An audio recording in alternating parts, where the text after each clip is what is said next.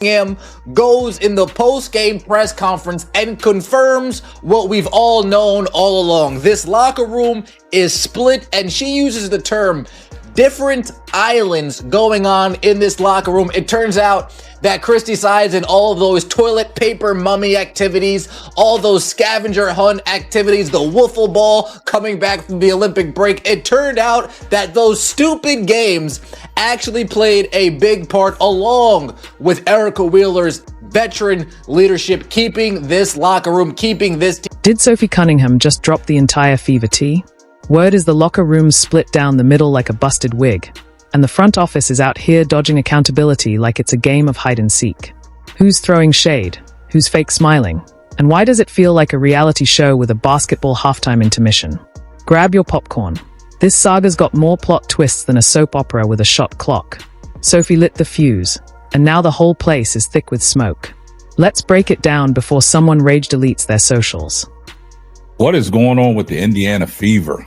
Is tensions mounting? Did Sophie Cunningham just expose the truth that's going on with the Indiana Fever? Is there some turmoil brewing? Is there issues in the locker room? We talk about this. We are circled on everybody's schedule. Everyone, no one likes us, right? So everyone in our locker room, that's the only type of people that we have that we can lean on. And we got to be better in that area. We have got to stay disciplined. We have to stay focused. We need to get consistent, and we got to lean on each other. And I think that we've kind of wavered a little bit on that. We have our own islands, but, as one of the leaders on the team, I got to do a better job of grouping people. And yet, here we are, Caitlin Clark, the walking embodiment of everything the WNBA says it wants to be, somehow still standing in the middle of what's starting to feel like a league-approved hazing ritual. She keeps showing up, keeps scoring, keeps handling it all with the kind of grace that would make a saint take notes. Her humility is unreal, her work ethic robotic, and her patience? Clearly blessed by the PR gods themselves. Cunningham, in the post-game interview, speaks on this team and the islands, with everybody's on their own little island. We're going to get back to that real quick. Listen to what Stephanie White said in the offseason. One of her thousands of interviews that I called out. Stop doing interviews. I want some wins. One of her 1,000 million interviews during her press run in the off. And somehow, she's the one being treated like the problem. Make it make sense. The math. It's not Maything. Fans didn't just stumble into this obsession. It's not some random viral glitch. Caitlin Clark is a once-in-a-generation talent with a vibe that doesn't shout diva.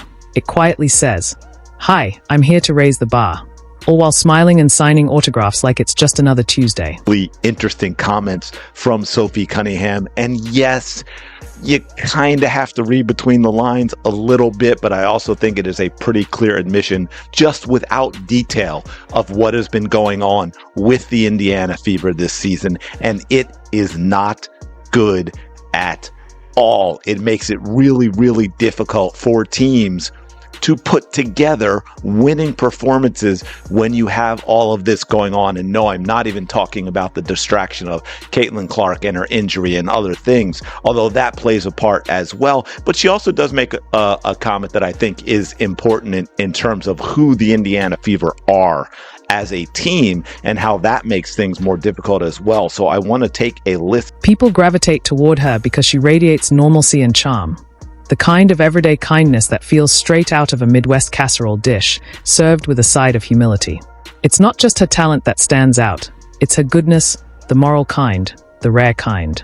In today's sports landscape, that feels almost mythical, like spotting a unicorn in sneakers. I'm not sure Sophie meant for it to come out like that, but it's something I have suspected for a while, maybe about 4 weeks now.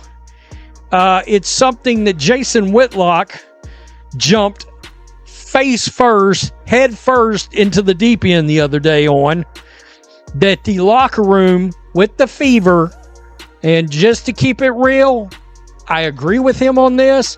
I think there are some preferences in the locker room where these young ladies differ in how they handle or how their preferences in their personal lives, and the locker room is divided. Let's talk about what's actually happening on the ground, or more accurately, in the locker room.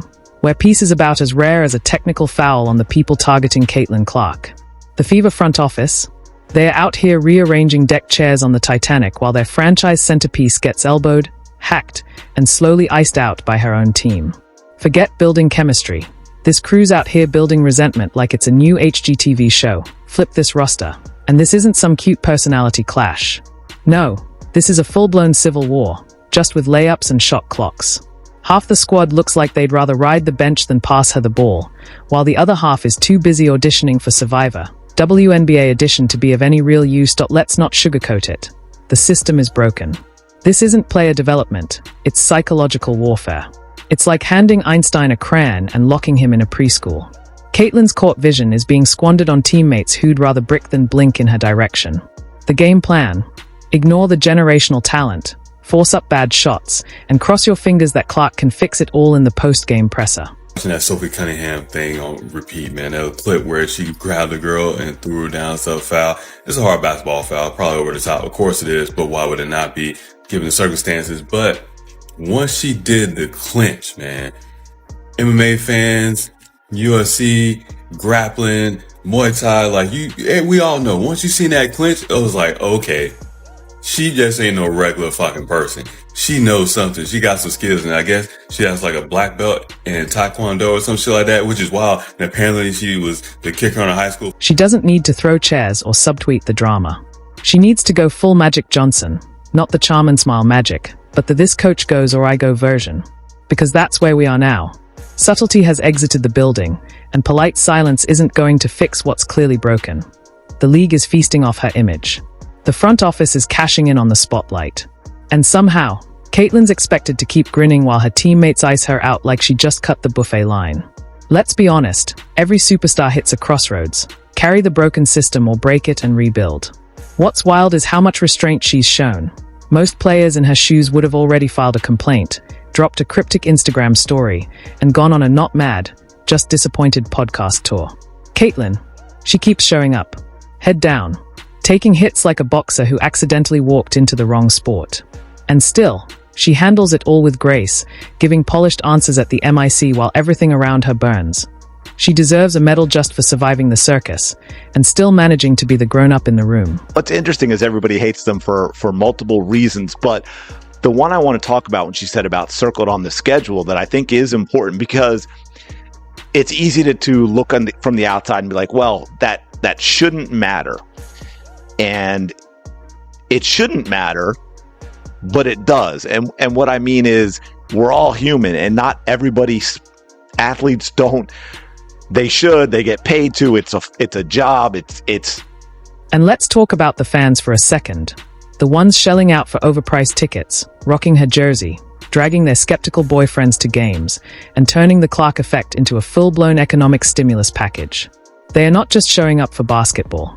They are showing up because Caitlin represents something rare: excellence without arrogance, fame with humility, stardom minus the ego trip. She makes people believe in sports again, like it can still be about heart, not just hashtags and marketing gimmicks.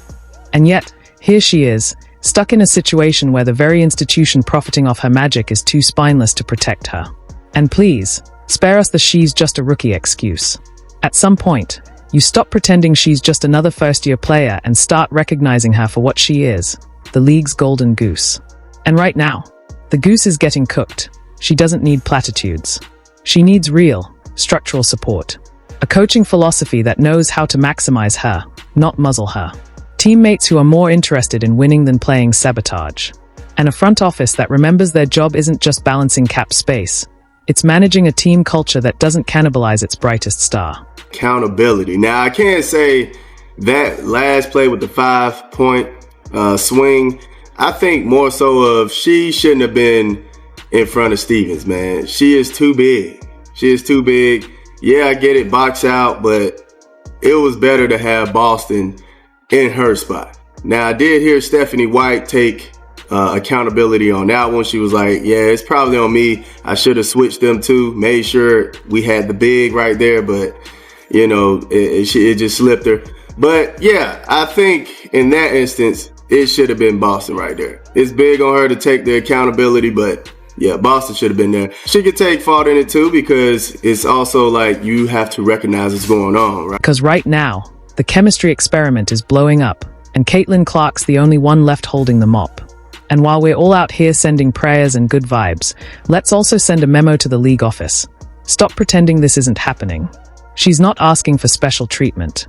She's asking for basic fairness. There's a difference between treating someone like a star and treating them like a human being. One who shouldn't need to ice her entire body after every game just for daring to exist as a target on the court. The blueprint is out there. Magic did it in LA, LeBron did it in Cleveland. They saw dysfunction and demanded better, not just for themselves, but for the future. This isn't just about basketball anymore. It's about principle. The WNBA has a rare opportunity, a real shot to become bigger, better, more mainstream. But that path runs straight through Caitlin Clark. And right now, the league is fumbling the bag, the script, and the entire plot. She's out here playing 4D chess in a league that's still stuck arguing about checkers rules.